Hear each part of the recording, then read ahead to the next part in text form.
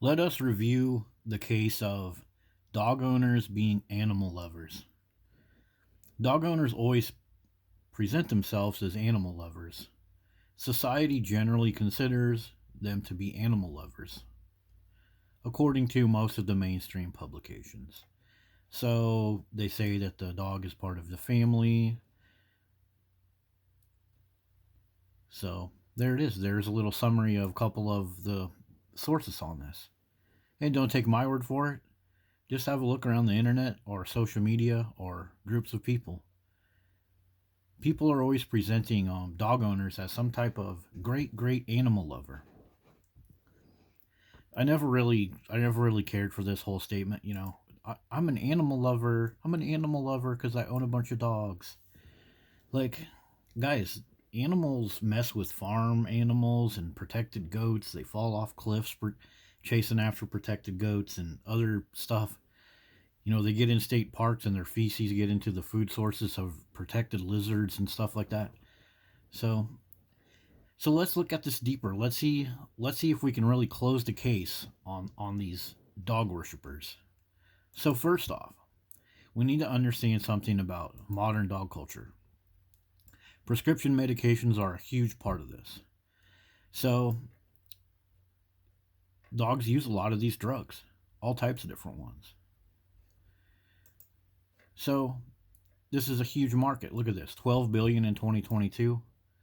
I read another report down in these sources that it was more like 18 billion.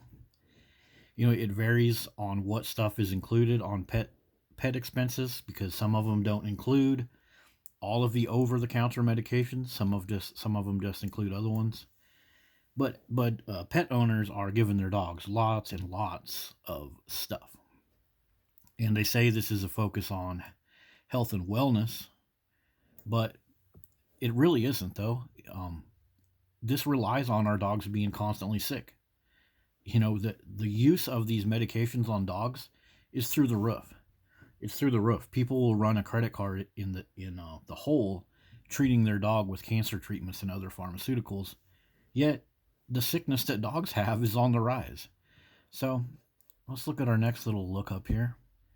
So these pet medications, they're produced by pharmaceutical companies and they use active and inactive animal ingredients. Oh, so these meds that you're giving your dogs, they come from the bodies of other dead animals. So how are you an animal lover? So some of the animal parts that goes into your pet pharmaceuticals, it's going to be the skin and bones of cows, cow blood for vaccines, additionally chicken eggs. And that's just a quick look from Wikipedia. And you guys probably know Wikipedia is kind of weak on some of its stuff. So you can read some of these other sources. Lots of animal products are used in making drugs for your dog. So, you're not an animal lover. You're more like a salesman for pharmaceutical companies, especially when you promote dog ownership like 5 dogs in apartments, all this stuff about calling dogs babies and better than humans. When you promote that type of dog ownership, keeping them alive longer and longer and longer, even though they're sick, yeah, you're just a salesman for animal products and pharmaceuticals by pushing all this dog culture. Okay, so some of these medications come from parts of other animals, um, but guess what else? They're also tested on animals, and these animals that they get the parts from, like pit vipers, are used to create some medications. Do you think those animals just show up at the pharmaceutical company and say, hey, yeah, let me just give you some of my bone marrow and some glucose and glycine and amino acids and so you can make some stuff for the veterinary office? No, those animals have to be caged and butchered. so, so yeah, it's not some kind of simple, easy thing. But anyways, pet medications are also tested on animals. It's part of the regular of the FDA. So, what types of animals? Um, well, we got your dogs, cats, rodents. Uh, so yeah, they got to assess the safety before they give it to your dog. You know, they're not going to assess the safety of Rottweilers and pit bulls that kill toddlers, but they're definitely going to make sure that your dog gets a safe medication, and they're going to go test it on a cat or a monkey or a rat or a rabbit or whatever else. Yeah. So, yeah, monkeys too. Monkeys have been used to test pet medications. Yep. Plenty of stuff to read about this. This isn't something I just made up, but it's all out there, guys. You know, when you own a dog and you promote all of this pharmaceutical use, keeping dogs alive longer and longer and longer, yeah, you're just feeding into this billion dollar industry of pet meds. Okay, what do we got next? Oh, the beagles. Yeah, the beagles are constantly used for testing medications. Go ahead and do a Google image search and start searching around for some peer-reviewed information on those. You're not going to enjoy it. All right, what do we got next? Oh, so now we got to look at tramadol. So tramadol is commonly used for dogs. However, this highly used drug is not recommended for food-producing animals because it can have terrible side effects. Here's some of the side effects, but you got your nausea, constipation, dizziness, breathing problems, reactions, risk of overdose, and you're not supposed to use this on food animals at all. There's plenty of other information on that. I'll put a couple links in the description if you're interested. But here's a quick summary of that. But it's put adverse side effects. It's not for food producing animals. So the reason that this is important is because this medication and many others, they end up in the feces of your dog. They end up in all that water that you use rinsing your dog off, cleaning all of those clothing that you had your dog around. It goes into our water. Birds can fly up and consume particles that are in the dog feces. And people that have chickens and goats and cows oftentimes are the people that own the most dogs, and they'll have those dogs running around in the field in the backyard with their chickens, and feces by itself without this tramadol is bad for those chickens and other animals. But now you're providing a route to give tramadol to your food producing animals because they're going to be exposed to dog feces.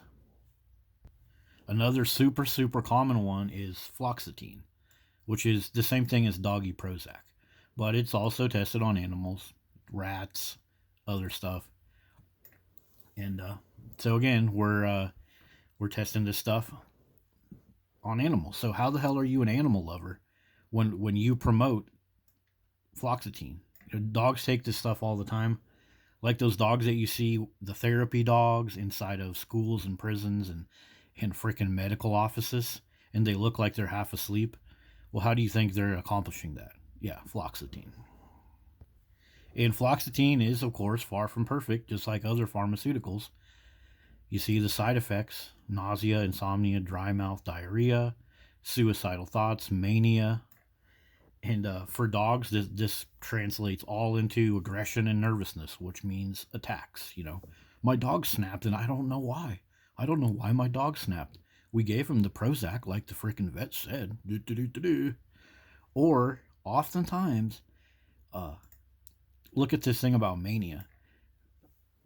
You take a dog from the pound or wherever they get these rescue dogs, and many times the story is the dog was super great when we picked him up at the rescue. We got home and he freaking snapped. Right, because the Prozac that they pumped him full of to help them sell that dog to you wore off. So, as I mentioned, dog feces contains leftover medications. This is not some kind of secret thing, not some kind of conspiracy theory. And where do we find dog feces more and more? Like in New York, they lifted the law to let dogs go into all the state parks. And what's in state parks? Freaking protected animals. And they're going to get exposed to the dog feces with all the dog owners taking their dogs there. You know, they already have more and more dog parks paid for by federal spending bills pay for dog parks, but they're going to give them access to those state parks, and they're going to expose those poor freaking creatures to dog feces. Even the worms and the insects that are on the ground that end up getting eaten by the bigger creatures, they're crawling around in that dog feces too. And so yeah, look at this. Two sources: Medications have been found in protected animals. So these protected animals, they're being exposed to dog feces. I'm sure it's in the water and other places. I'm sure they get into trash and stuff too. But dog feces also is a route to get all this nasty stuff into your protected species. So yeah, you're not an animal lover when you promote this type of dog culture. There's no freaking way that you can even come close. So anybody that you talk to and you're like, I don't want to have dogs, and then they say, well, you're not a freaking animal lover. Wow. You tell them this, show them this video, or just ask them what medications their dogs take. And for the people out there that are following the wolves that kill livestock, you guys are missing a whole freaking thing.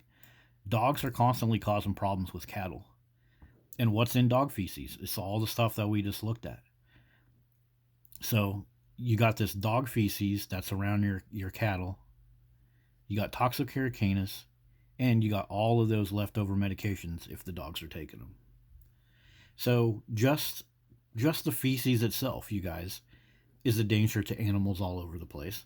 And then you add in animal testing, you add in all the pharmaceuticals that get into other animals, plus the pharmaceuticals use animal products.